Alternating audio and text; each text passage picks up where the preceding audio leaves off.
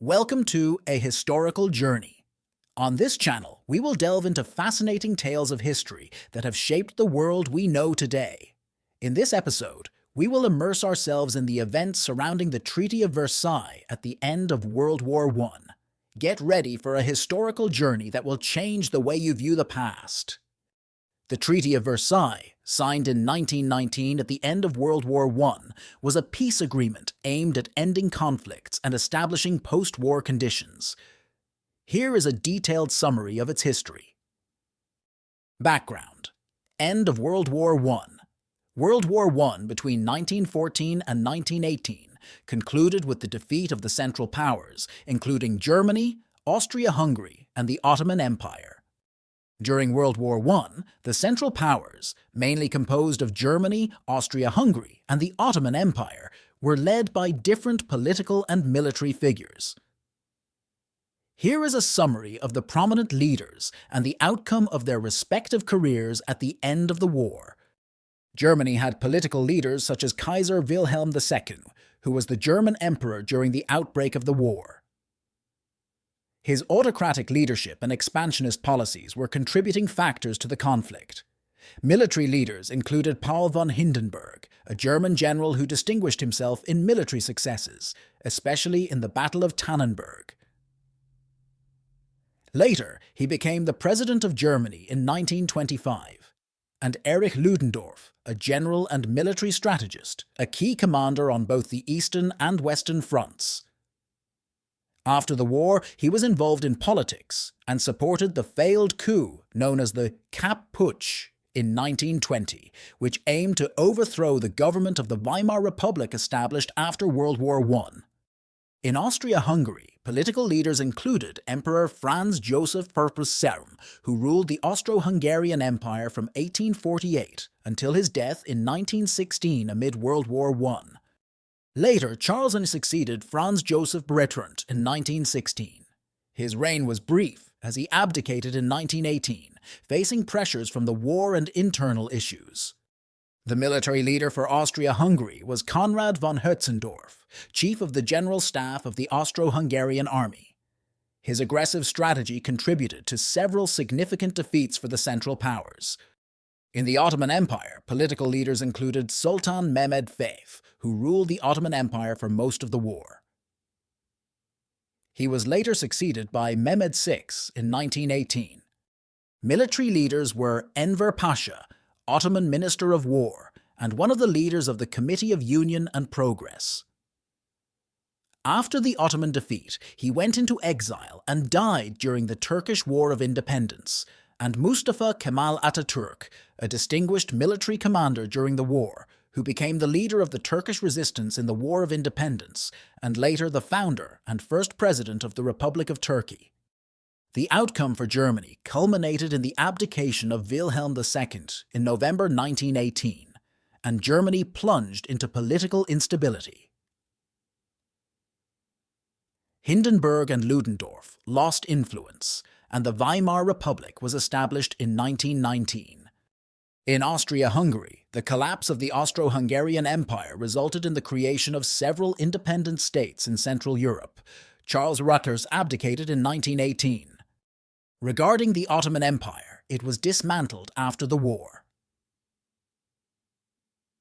Mustafa Kemal Atatürk led the Turkish resistance and established the Republic of Turkey in 1923. Peace Conference.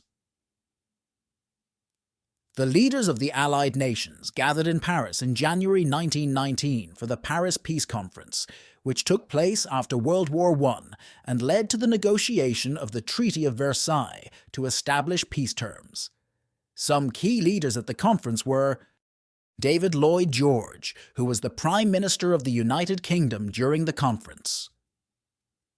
He played a crucial role in the negotiations and was one of the Big Four alongside leaders from the United States, France, and Italy.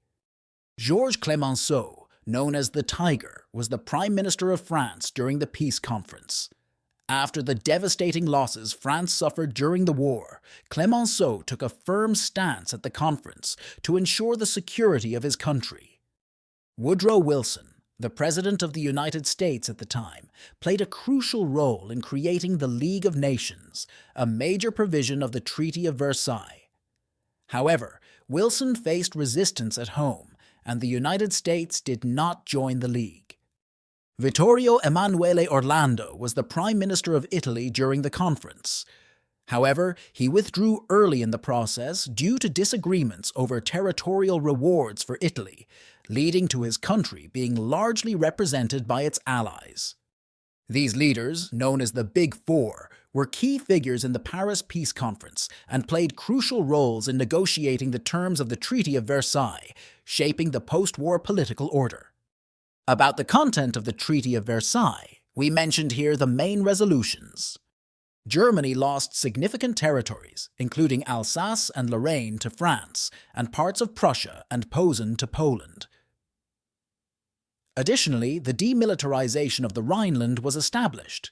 Germany was also forced to drastically reduce its military strength, limiting the size of its army and dismantling its heavy armaments. Germany had to accept responsibility for the outbreak of the war and commit to paying economic reparations to the Allied nations, resulting in a significant financial burden for the country. On the other hand, the League of Nations was established, an international organization aimed at maintaining peace and preventing future conflicts. However, the United States, led by President Woodrow Wilson, did not join the League due to opposition from the U.S. Congress. Consequences and criticisms. Many Germans viewed the treaty's conditions as a national humiliation. Public opinion and some German politicians felt that the conditions were excessive and draconian. Discontent with the conditions of the Treaty of Versailles fueled resentment and unrest in Germany, eventually contributing to the rise of Nazism and World War II. The severity of the treaty's provisions has been a subject of controversy over the years. Some historians argue that it contributed to the emergence of tensions in Europe, while others maintain that the conditions were inevitable given the circumstances of the time. In summary, the Treaty of Versailles was an attempt to establish lasting peace after World War I. However, its conditions imposed on Germany generated tensions and discontent, contributing to the conditions that eventually led to the outbreak of World War II.